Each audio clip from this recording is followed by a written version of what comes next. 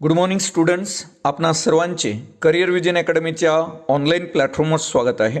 आज आपण भारताचा विशेषतः महाराष्ट्राच्या इतिहासातील काही महत्त्वपूर्ण संदर्भ अभ्यासणार आहोत, जे तुम्हाला आगामी सर्व प्रकारच्या स्पर्धा परीक्षांसाठी निश्चितच उपयुक्त ठरतील. पहिला मुद्दा देशाचे दुश्मन या पुस्तकाशी संबंधित आहे, ज्यावर खटला भरण्यात आला होता. तुम्हाला माहीत असेल की देशाचे दुश्मन हे जे पुस्तक लिहिलं ते दिनकरराव जवळकरांनी, आणि देशाचे दुश्मन या पुस्तकावर जो खटला भरण्यात आला होता त्यातून दिनकरराव जवळकरांसहित सर्वांना डॉक्टर बाबासाहेब आंबेडकरांनी कोणतीही फी न घेता वकीलपत्र घेऊन मुंबई उच्च न्यायालयातून सर्वांना निर्दोष मुक्त केलं होतं.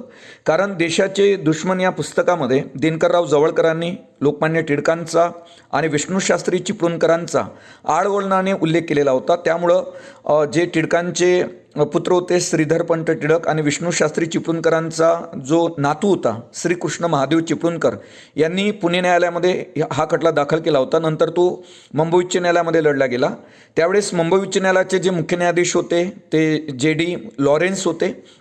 या न्यायालयामध्ये दिनकरराव जवळकरांसहित या देशाचे दुश्मन या पुस्तकाशी संबंधित असणारे जे व्यक्तिमत्व होते, त्याच्यामध्ये केशवराव जेदे असेल, केशवराव बागडे असेल आणि रामचंद्र लाड असेल, या सगळ्यांना शिक्षा ठोठावण्यात आली होती. या शिक्षेतून डॉक्टर बाबासाहेब आंबेडकरांनी सर्वांचा बचाव केलेला आपल्याला पाहायला मिळतो. मुंबई उच्च न्यायालयामध्ये वकीलपत्र डॉक्टर बाबासाहेब आंबेडकरांनीच घेतलेलं होतं. त्यासाठी कोणतंही फी किंवा शुल्क डॉक्टर बाबासाहेब आंबेडकरनं आकारलेलं नव्हतं. ही बाब विद्यार्थ्यांनी लक्षात घ्यावी. दुसरा मुद्दा आपण सोशल सर्व्हिस लीगच्या संदर्भात पाहणार आहोत. सोशल सर्व्हिस लीगची स्थापना नामा जोशींनी 1910 मध्ये केली होती, मुंबई या ठिकाणी. पुढचा मुद्दा जातपात तोडक मंडळाशी संबंधित आहे.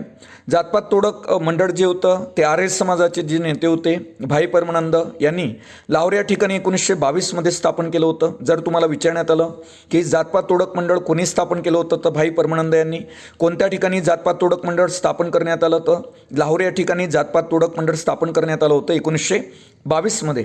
आणि या जातपात तोडक मंडळाचा जो प्रमुख उद्देश होता तो म्हणजे अस्पृश्यता निर्मूलन. पुढचा मुद्दा आपण ब्रिटिश मिशनऱ्यांच्या संदर्भात पाहणार आहोत. तुम्हाला माहीत असेल 1813च्या चार्टर ॲक्टनुसार ब्रिटिशांना ख्रिश्चन धर्माचा प्रसार करण्याची मुभा देण्यात आली होती, आणि ब्रिटिश ख्रिश्चन मिशनऱ्यांनी या संधीचा फायदा घेऊन मोठ्या प्रमाणावर हिंदू धर्मावर टीका केली होती. तर या ब्रिटिश मिशनऱ्यांच्या टीकेला चोख उत्तर देण्यासाठीच नंतरच्या काळामध्ये वेदोक्त धर्मप्रकाश हा ग्रंथ लिहिला विष्णू भिकाजी गोखले यांनी. अजून आणखी काही ग्रंथ आहेत त्यांचे, ते तुम्ही आवर्जून लक्षात ठेवा. विष्णू भिकाजी गोखले यांचे त्याच्यामध्ये त्यांनाच आपण विष्णू ब्रह्मचारी म्हणतो, विष्णुबुवा ब्रह्मचारी. भावार्थ सिंधू असेल, सेतुबंधाची टीका असेल, बोधसागर रहस्य, चतुश्लोकी भागवताचा अर्थ, हे पुस्तकं विष्णुबुवा भिकाजी गोखले यांनी लिहिलेले आपल्याला पाहायला मिळतात. इवन त्यावेळेस कार्ल न वाचता त्या काळामध्ये कम्युनिझमच्या धर्तीवर त्यांनी पहिला ग्रंथ लिहिला 1867 मध्ये विष्णुबुवा ब्रह्मचारी किंवा विष्णू भिकाजी गोखले यांनी. त्या पुस्तकाचं जे नाव आहे ते म्हणजे सुखदायक राज्य प्रकरणी हा ग्रंथ त्यांनी लिहिला होता. या पुस्तकामध्ये या पुस्तकातील जो विचार होता तो आजच्या काळात समाजवादाची प्रेरणास्थान आहे. म्हणूनच गत्र माणखोलकरांनी विष्णुबुवा ब्रह्मचारी म्हणा किंवा विष्णू भिकाजी गोखले यांचा जो उल्लेख केला तो म्हणजे कम्युनिझमचा पहिला प्रतिपादक असा उल्लेख केलेला आहे विष्णुबुवा ब्रह्मचारीचा. आवर्जून लक्षात ठेवा, गत्र माणखोलकरांचा कोणी उल्लेख कम्युनिझमचा पहिला प्रतिपादक असं केलेला आहे, तर ते म्हणजे गत्र माणखोलकर. गत्र माणखोलकरांनी विष्णू भिकाजी गोखले यांचा उल्लेख कम्युनिझमचा पहिला प्रतिपादक असा केलेला आहे. आणि सुखदायक राज्य प्रकरणी जो निबंध आपण पाहिला तो कोणी लिहिला, तर सुखदायक राज्य प्रकरणी हा जो निबंध आहे तो 1867 मध्ये विष्णुबुवा ब्रह्मचारी म्हणजेच विष्णू भिकाजी गोखले यांनी लिहिलेला आपल्याला पाहायला मिळतो. शिवाय त्यांचे भावार्थ सिंधू, सेतुबंधाची टीका, बोधसागर रहस्य, चतुश्लोकी भागवताचा अर्थ हे देखील ग्रंथ असलेले आपल्याला पाहायला मिळतात. पुढचा मुद्दा आपण कामगार हितवर्धक सभेशी पाहणार आहोत रिलेटेड. कामगार हितवर्धक सभेची स्थापना 1909 मध्ये गोपाळ देवधर यांनी केली होती. गोपाळ देवधर हे शिवस्मारक समितीचे चिटणीस होते. ही बाब लक्षात असू द्या. कामगार हितवर्धक सभा केव्हा स्थापन करण्यात आली होती, ते 1909 मध्ये. गोपाळ देवधर यांनी कामगार हितवर्धक सभा स्थापन केली होती. काही पुस्तकामध्ये तो रेफरन्स 1910 आहे आणि काही पुस्तकामध्ये 1909 आहे. तर आवर्जून लक्षात ठेवा, कामगार हितवर्धक सभेची स्थापना 1910 मध्ये झाली होती आणि गोपाळ देवधर यांनी ती स्थापन केली होती. गोपाळ देवधर हे शिवस्मारक समितीचे चिटणीस होते, म्हणजे सचिव होते. पुढचा मुद्दा आपण पाहणार आहोत बाळशास्त्री जांभेकरांशी संबंधित. बाळशास्त्री जांभेकरांना पहिले बृहस्पती म्हणतात. दुसरे बृहस्पती म्हणजे जे कृष्णशास्त्री चिपळूणकर हे दुसरे बृहस्पती आहे. बाळशास्त्री जांभेकरांनी एक लेख लिहिला होता, हिंदू विधवांचा पुनर्विवाह.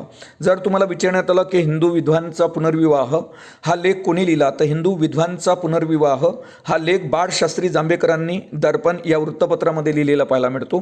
दर्पण हे वृत्तपत्र त्यांनी 6 जानेवारी 1832 मध्ये काढलेले होते. ही बाब विद्यार्थ्यांनी लक्षात घ्यावी. आणि हिंदू विधवांचा पुनर्विवाह हा जो लेख आहे तो बाळशास्त्री जांभेकरांनीच लिहिला होता. बाळशास्त्री जांभेकर हे अक्कलकोटच्या युवराजाचे शिक्षक होते, नवाबाचे शिक्षक होते. ही बाब देखील विद्यार्थ्यांनी लक्षात ठेवावी. पुढचा मुद्दा आपण मद्रास प्रांताशी संबंधित पाहणार आहोत. मद्रास प्रांतामध्ये भारतमाता समितीची स्थापना कोणी केली होती, तर मद्रास प्रांतामध्ये भारतमाता समितीची स्थापना निळकंठ ब्रह्मचारी आणि वांची अय्यर यांनी केली होती. आवर्जून हा मुद्दा लक्षात ठेवा की मद्रास प्रांतामध्ये भारतमाता समितीची स्थापना कोणी केली होती. निळकंठ ब्रह्मचारी आणि वांची अय्यर यांनी मद्रास प्रांतामध्ये भारतमाता समितीची स्थापना केलेली आपल्याला पाहायला मिळते. पुढचा मुद्दा आपण लॉर्ड कॉर्नवालिस जे आहेत त्यांच्या कायमधारा पद्धतीशी संबंधित पाहणार आहोत, जो जमीनदारी पद्धतीशी संबंधित आहे. तुम्हाला माहीत असेल कायमधारा जी पद्धत आहे ते लॉर्ड कॉर्नवालिसने सुरू केली होती. 22 मार्च 1793 मध्ये लॉर्ड कॉर्नवालिसनं एक जमीनदारी पद्धत सुरू केली, त्याला आपण कायमधारा पद्धती म्हणतो. कायमधारा पद्धती ही 22 मार्च 1793 रोजी सुरू करण्यात आली होती, जी जमीन महसुलाशी संबंधित होती. या पद्धतीत जमीनदार हा सरकार आणि शेतकरी यांच्यामधला मध्यस्थ होता. त्यामुळे या पद्धतीला जमीनदारी पद्धती असे म्हटले जाते. आणि जर जमीनदार कर देण्यास ब्रिटिशांना असमर्थ ठरला असेल तर जमीनदाराची जमीन जप्त केल्या जात असे. त्यासाठी सूर्यास्त कायदा बनवण्यात आला होता. का सूर्यास्ताच्या अगोदर ठरलेल्या दिवशी सूर्यास्ताच्या अगोदरच त्या जमीनदाराने महसूल सरकार खाती जमा करायचा होता. आणि म्हणून जर तुम्हाला विचारण्यात आलं की सूर्यास्त कायदा हा कशाशी संबंधित आहे, तर सूर्यास्त कायदा हा कायमधारा पद्धतीशी संबंधित आहे, जी कायमधारा पद्धत लॉर्ड कॉर्नवालिसने सुरू केली होती 22 मार्च 1793 मध्ये. त्याच्याशी संबंधित असलेला हा सूर्यास्त कायदा आपल्याला पाहायला मिळतो, ज्यामध्ये ठराविक दिवशी सूर्यास्त होण्याआधी सरकारी तिजोरीत पैसे जमा करावे लागत होते जमीनदाराला. असे जर तो जमीनदार करू न शकल्यास सरकार त्याची जी जमीन आहे ती जमीनदारी जप्त करत असे. या पद्धतीत जमीनदार शेतसारा वसूल करत असे. मात्र तो ठरलेला नसल्यामुळं जमीनदारांनी मोठ्या प्रमाणात शेतकऱ्यांचं शोषण केलेलं पाहायला मिळते या कायमधारा पद्धतीमध्ये. अनेक वेळा कायमधारा पद्धतीवर, रयतवारी पद्धतीवर, जमीन महसूल पद्धतीवर प्रश्न विचारण्यात आलेले आहे. त्यामुळे विद्यार्थ्यांनी हा मुद्दा व्यवस्थितरित्या समजून घ्यावा कायमधारा पद्धतीशी रिलेटेड. पुढचा मुद्दा आपण पाहणार आहोत 1918 मध्ये हिंदू महिला समाजाची स्थापना कोणी केली, ते 1918 मध्ये हिंदू महिला समाजाची स्थापना अवंतिकाबाई गोखले यांनी केली. अवंतिकाबाई यांनी महात्मा गांधीजींचं पहिलं मराठीतील आत्मचरित्र लिहिलं होतं, ज्याची प्रस्तावना लोकमान्य टिळकांनी लिहिली होती. लोकमान्य टिळकांना लोकमान्य ही जी पदवी दिली ते महादेवराव ओक यांनी दिली होती, हे विद्यार्थ्यांनी लक्षात घ्यावं. या ठिकाणी जर तुम्हाला प्रश्न विचारण्यात आला का हिंदू महिला समाजाची स्थापना कोणी केली होती, तर अवंतिकाबाई गोखले. आणि हिंदू महिला समाजाची स्थापना कोणत्या वर्षी करण्यात आली होती, ते 1918. आणि अवंतिका कोणी, महात्मा गांधीजींचं पहिलं मराठीतील आत्मचरित्र लिहिलं ते म्हणजे अवंतिकाबाई गोखले. आणि या आत्मचरित्राला जी प्रस्तावना लिहिली होती ते लोकमान्य टिळकांनी. पुढचं आपण एक वृत्तपत्र बघणार आहोत, ते देखील खूप महत्त्वाचं आहे.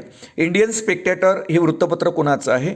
इंडियन स्पेक्टेटर हे जे वृत्तपत्र आहे ते बेहरामजी मलबारी यांचं आहे इंडियन स्पेक्टेटर. आणि दादाभाई नौरोजींच्या राष्ट्रगुप्तारमध्ये देखील लिखाण केलेलं पाहायला मिळते बेहरामजी मलबारींनी.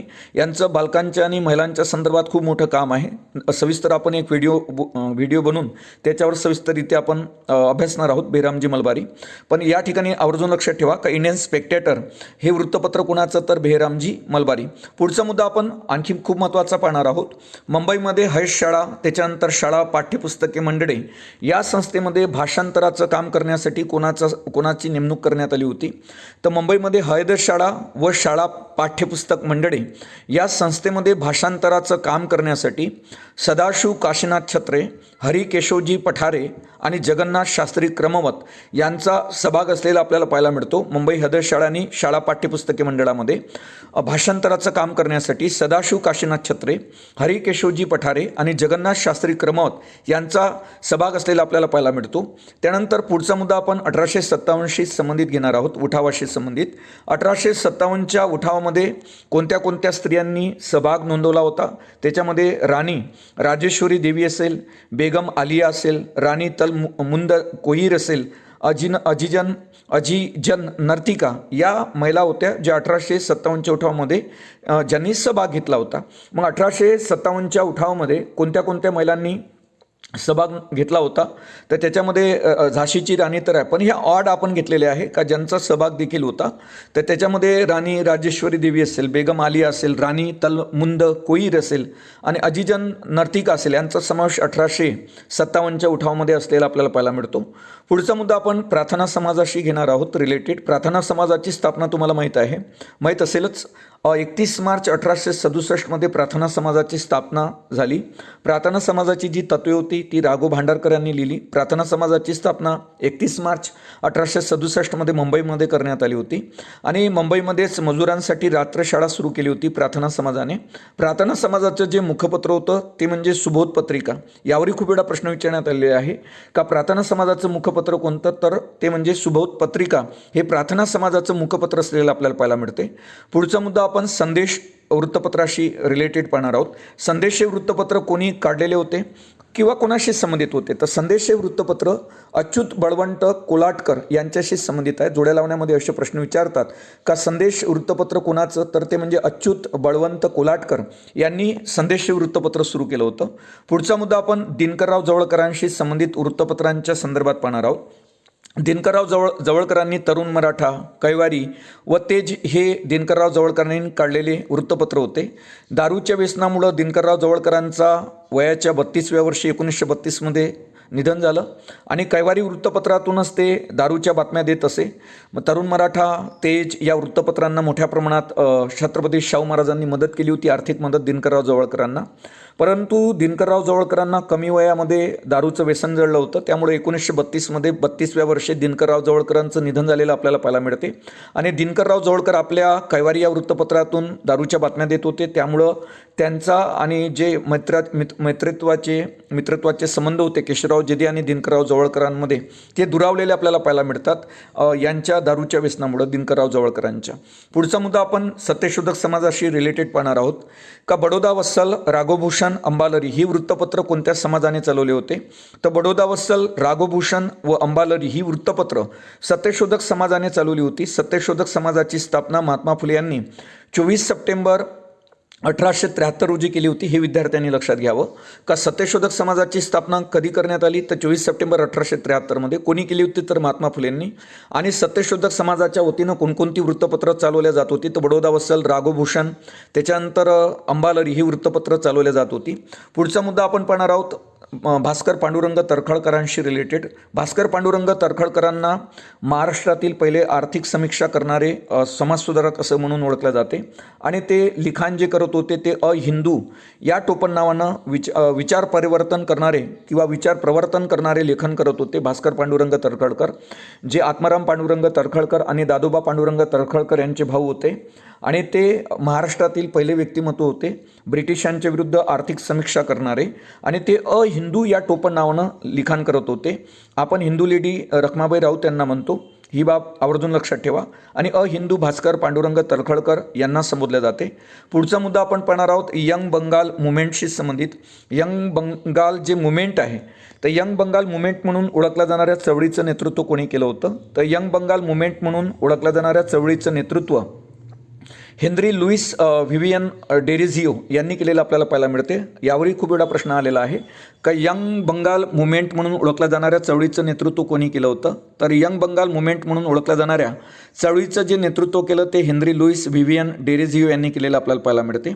पुढचा मुद्दा आपण पाहणार आहोत निबंधमालेच्या संदर्भात. निबंधमालेचा पहिला अंक केव्हा प्रकाशित झाला होता, निबंधमाला हे विष्णूशास्त्री चिपळूणकरांनी सुरू केलं होतं. ही बाब विद्यार्थ्यांनी लक्षात घ्यावी. निबंधमालेचा जो पहिला अंक निघाला तो 25 जानेवारी 1874 रोजी प्रकाशित झाला होता. निबंधमालेच्या पहिल्या अंकामध्ये मराठी भाषेची सांपत्तिक स्थिती हा निबंध विष्णूशास्त्री चिपळूणकरांनी लिहिला होता. विष्णूशास्त्री चिपळूणकर हे महात्मा फुलेचे समकालीन टीकाकार होते. हे विद्यार्थ्यांनी आवर्जून लक्षात ठेवावं. जर तुम्हाला विचारण्यात आलं का निबंधमाला हे कोणाचं वृत्तपत्र आहे, तर विष्णूशास्त्री चिपळूणकरांचं.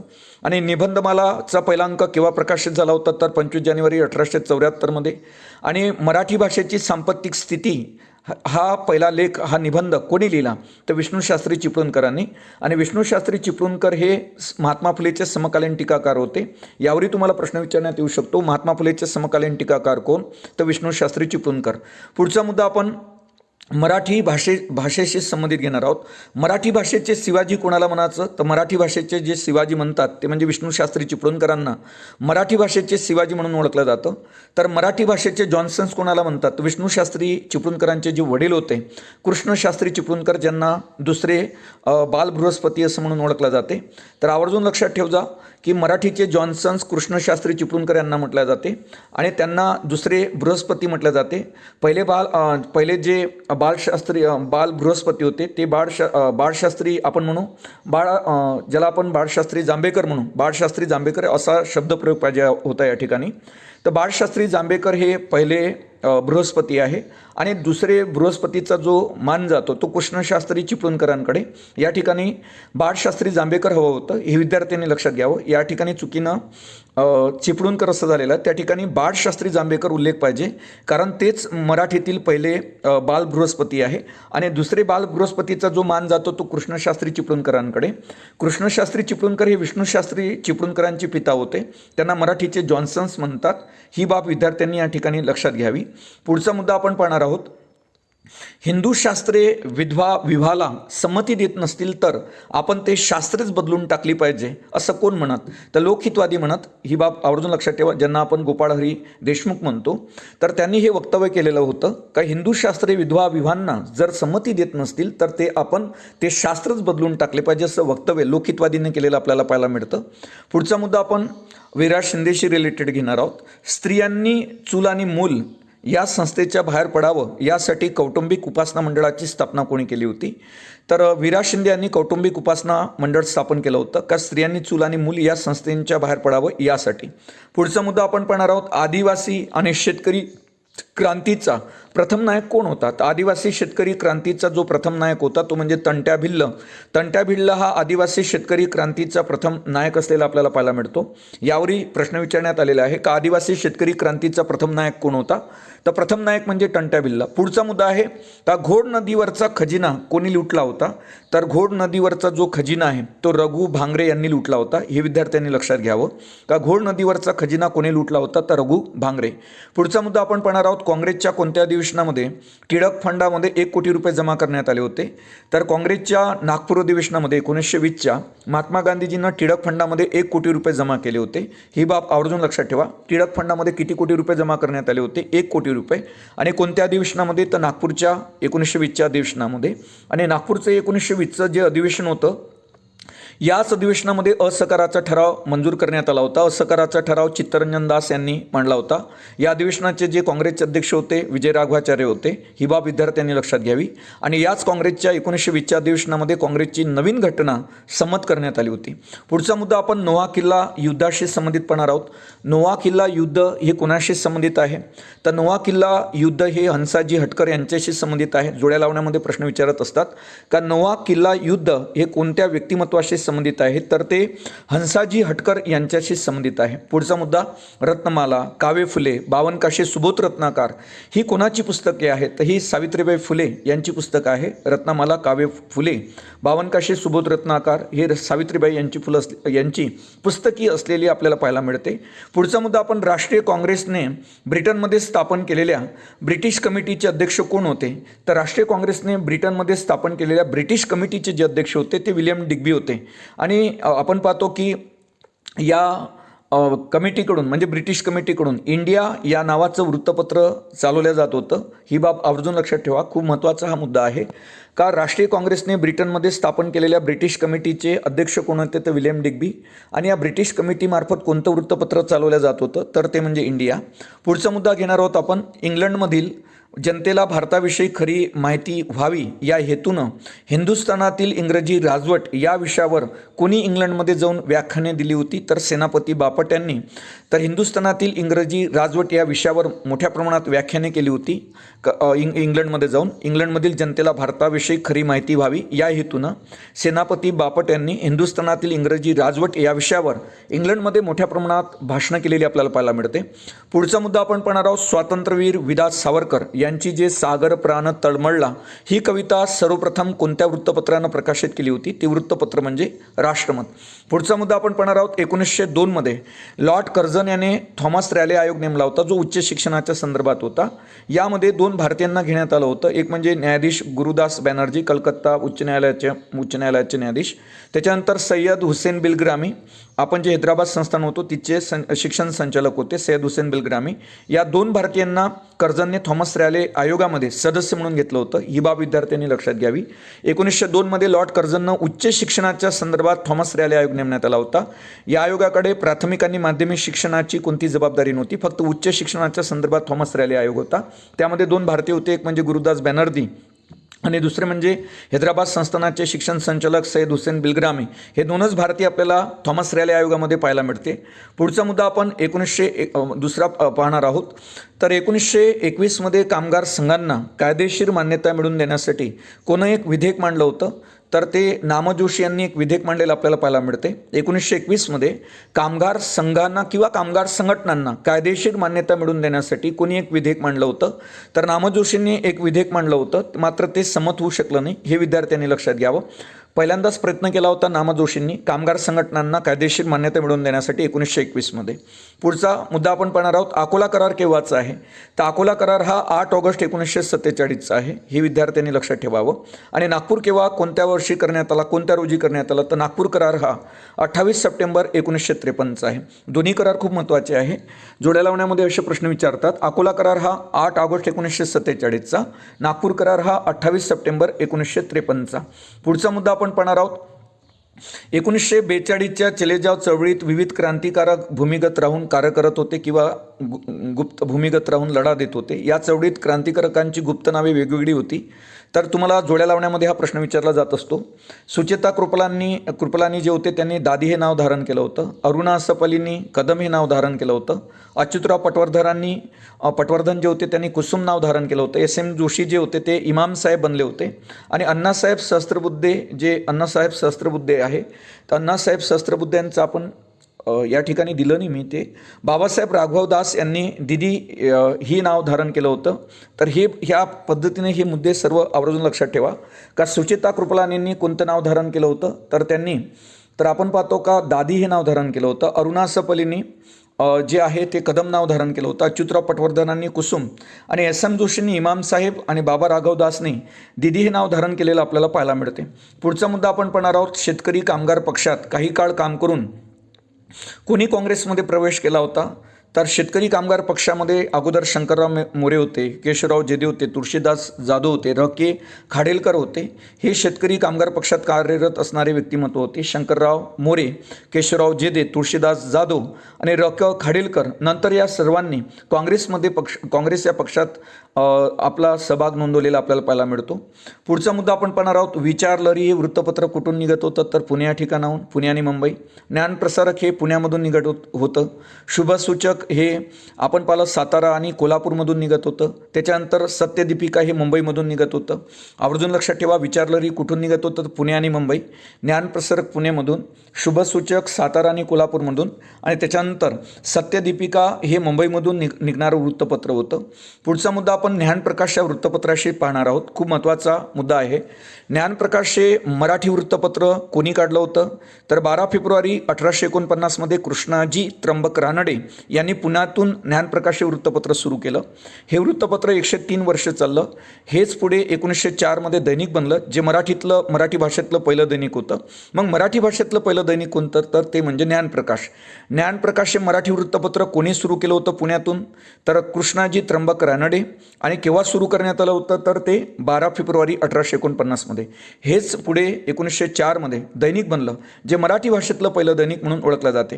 ज्ञानप्रकाश हे सुरुवातीला साप्ताहिक होतं आणि दर सोमवारी प्रकाशित होत असे. आवर्जून लक्षात ठेवा. या ज्ञानप्रकाश या वृत्तपत्राचं जे ब्रीदवाक्य होतं ते ब्रीदवाक्य म्हणजे सत्य सौख्य ज्ञान हे ब्रीदवाक्य असलेलं आपल्याला ज्ञानप्रकाश या वृत्तपत्राचं पाहायला मिळते.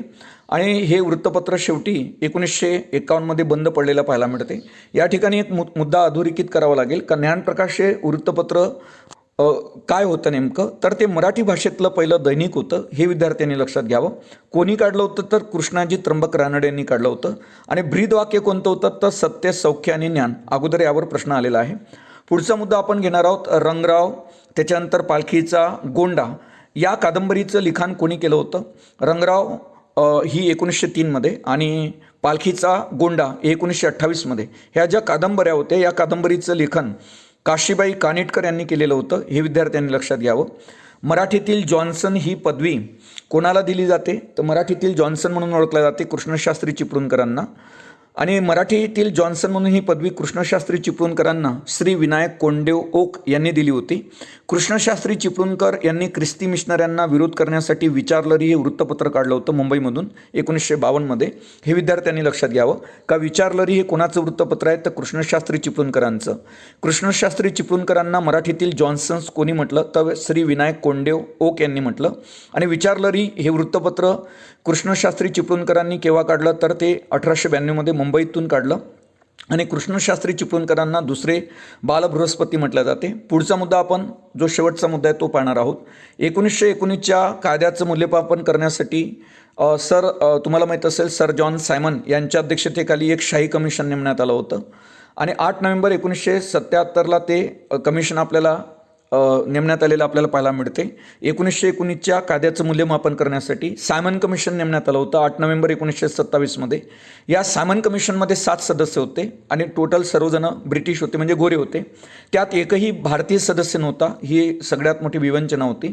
या कमिशनमध्ये एकही भारतीय नाही, त्या कमिशनला ज्या कमिशनमध्ये एकही भारतीय नाही त्या कमिशनला भारताचं भवितव्य ठरवण्याचा अधिकार नाही, असं लाला लजपतराय म्हणाले होते. आणि त्यामुळे त्यांनी एक नारा दिला होता, सायमन गो बॅक. हा नारा त्यांनी दिलेला आपल्याला पाहायला मिळतो. या प्रकरणामध्ये त्यांच्यावर लाठी हल्ला झाला लाला लजपतरायवर आणि त्याचाच त्यांचा मृत्यू झालेला आपल्याला पाहायला मिळतो. नंतर भगतसिंग राजगुरूनं त्यांचा बदला घेतलेला आपल्याला पाहायला मिळतो, का नंतर त्यांना भगतसिंगला फाशी वगैरे झालेली दिसते आपल्याला. तर या ठिकाणी असं ते प्रकरण आहे. मुख्य मुद्दा आपला सायमन कमिशनशी रिलेटेड आहे. तर सायमन कमिशनमध्ये किती सदस्य होते, तर 7. त्या 7 सदस्यांची नावे तुम्ही आवर्जून लक्षात ठेवा. सायमन कमिशनमधले जे वेगवेगळे सदस्य आहेत त्याच्यामध्ये सर जॉन सायमन एक होते, एडवर्ड केडेगॉन हे दुसरे होते, क्लेमेट ॲटली होते, हॅरी लेवी लॉरेन्स होते, वर्नॉन हर्टशॉन हे होते. त्याच्यानंतर डोनाल्ड हावर्ड आणि जॉन लेनफॉक्स हे सायमन कमिशनमधले 7 सदस्य आहे. त्याच्यामध्ये sir John Simon, Edward Cadogan, Clement Attlee, Harry Levy Lawrence, त्याच्यानंतर वर्नॉन हर्टशॉन, त्याच्यानंतर डोनाल्ड हावर्ड आणि जॉन लेनफॉक्स हे सदस्य आपल्याला सायमन कमिशनमध्ये असलेले पाहायला मिळतात.